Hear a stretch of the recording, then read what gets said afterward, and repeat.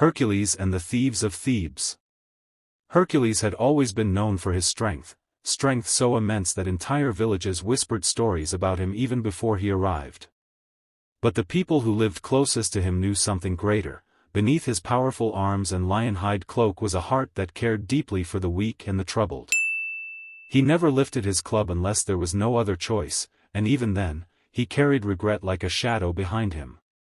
One bright morning in Thebes, Hercules was headed toward the marketplace, hoping to buy new sandals after accidentally tearing his old pair during a wrestling match with a stubborn wild boar.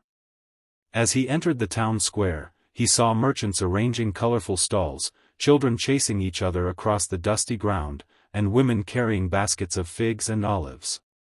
It looked like a peaceful day, until a terrified shout tore through the air. "Stop! Thieves!" Someone stopped them. Hercules turned sharply. A small pottery merchant, an elderly man with trembling hands, stumbled toward him. "They took everything," the man gasped. "3 men, they ran toward the hills with my earnings and my finest bowls. That was all I had to feed my family." Around them, people murmured in fear. The thieves who had been terrorizing Thebes for weeks were growing bolder. Farmers had lost goats, merchants had lost coins, and travelers had been ambushed on quiet roads. The city guards were stretched too thin to patrol outside the walls, and the thieves seemed to know exactly when to strike. Hercules placed a comforting hand on the old man's shoulder. "I will bring back what's yours. I swear it." The old man looked up with watery eyes. "You would help me? But they are dangerous. They hurt anyone who tries to stop them." "They have not met me," Hercules replied with gentle confidence.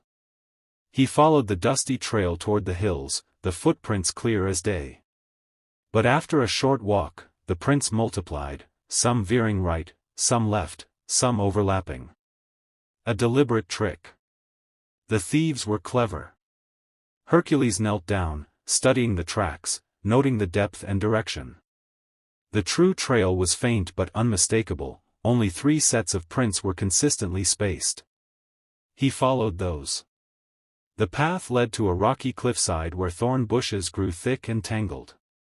Hercules squeezed through them effortlessly, though several thorns snapped harmlessly against his skin.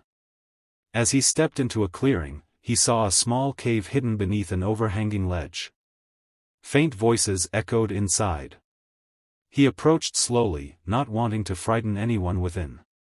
Hercules disliked unnecessary conflict, and if there was a peaceful way to resolve matters, he always sought it first.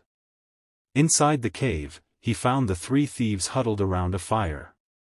Beside them lay several sacks of stolen goods, coins, pottery, cloth, and even a few chickens tied together. But what struck Hercules most was that the thieves were surprisingly young.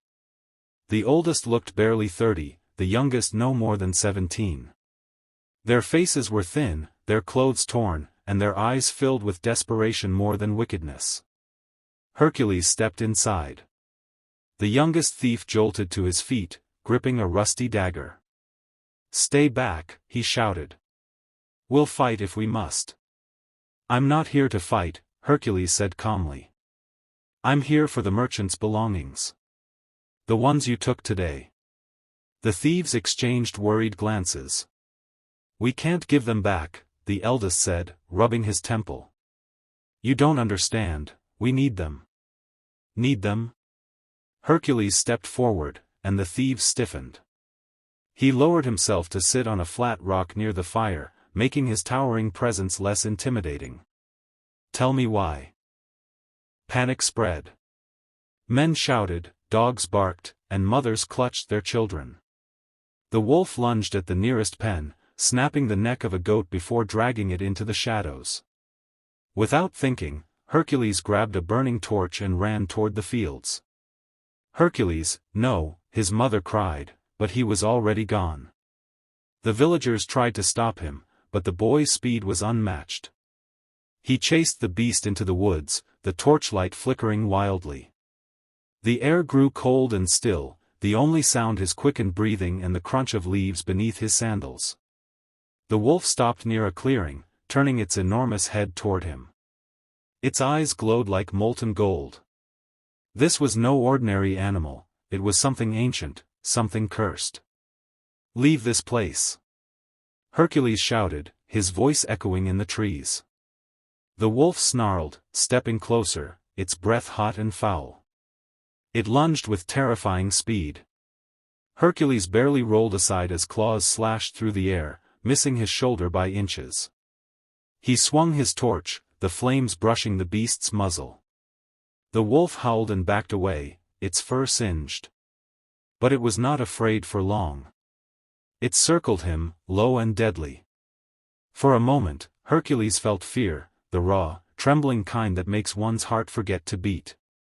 He was only a boy, facing a creature of nightmares. But then he remembered the faces of his people, the shepherds, the children, his mother. If he turned and ran, the wolf would come for them next. He stood his ground. The wolf leapt again, and this time, Hercules caught it mid-air. His hands locked around its neck, his muscles straining as he wrestled the beast to the ground. The wolf snapped and thrashed, its claws tearing at his arms, but Hercules held fast. The strength that flowed through him was not just of flesh, it was courage born from love. Finally, with one last surge, he slammed the wolf against a tree. The beast yelped, then fell still, breathing heavily. Hercules stepped back, panting, his torch lying extinguished on the ground. He could have ended it then, but something stopped him. The creature looked up at him, its eyes no longer wild but weary. Beneath the fury, there was pain. "Why do you attack the village?" Hercules asked softly. "What has made you so full of hate?" The wolf whined, lowering its head. In the silence that followed, Hercules noticed something strange, an arrow lodged deep in the beast's flank. It had been wounded, likely by hunters who had left it to suffer. The pain had turned it feral. Slowly, Hercules knelt beside it. "Easy," he murmured, his voice steady though his hands trembled. "I won't hurt you." With care, he pulled the arrow free. The wolf flinched but did not attack. Hercules tore a strip from his tunic and pressed it against the wound, stopping the bleeding. The moonlight spilled through the trees, bathing the boy and the beast in silver light. For a moment, it was as if the gods themselves watched in silence. When the wolf finally stood, it looked smaller, its anger gone.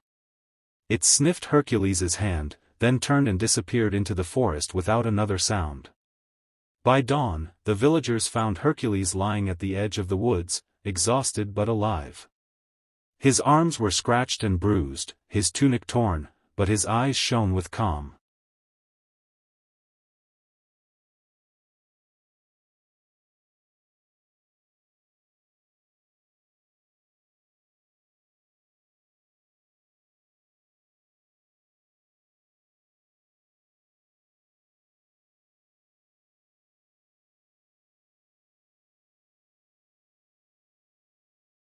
The eldest bowed his head.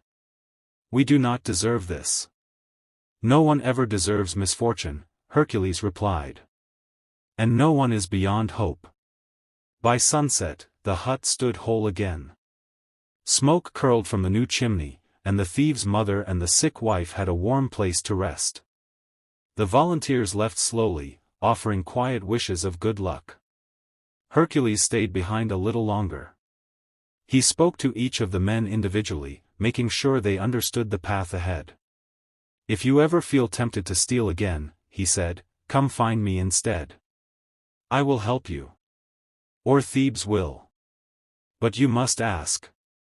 The youngest nodded fiercely. "We will never steal again, Hercules. Not after today. You showed us kindness we never believed we deserved." The middle one placed a hand over his heart. "You saved more than our home. You saved our hope." And the eldest quietly added, "If ever you need help, just one word, and we will be there." Hercules smiled warmly. "The best repayment you can give me is to choose goodness every day you can." As he began to walk back toward Thebes, the sky glowed gold and red. The breeze carried the scent of fresh wood and bread, mingling with the soft sounds of new beginnings. He felt lighter than he had in a long time.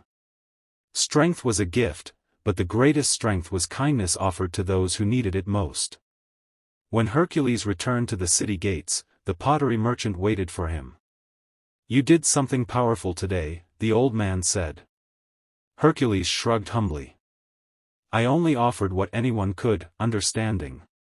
The merchant smiled. "Then may we all learn from you." And so it began. On the rugged edge of Thebes, 3 former thieves became honest workers, building, farming, crafting, and helping the very people who once feared them. Their lives did not become perfect overnight, but they walked a path of goodness with steady hearts, proving that kindness could mend not just homes, but spirits. Each time Hercules passed their rebuilt hut, he saw them tending goats, weaving baskets, repairing tools for travelers, or laughing with neighbors who once avoided them. Every sight warmed him more than any victory in battle. For in Thebes, tales would forever be told, not only of Hercules' strength, but of the day he defeated hatred without striking a single blow, showing that even thieves could rise to honor when offered a hand instead of a blade. And that kindness, above all, was the greatest power the world had ever known.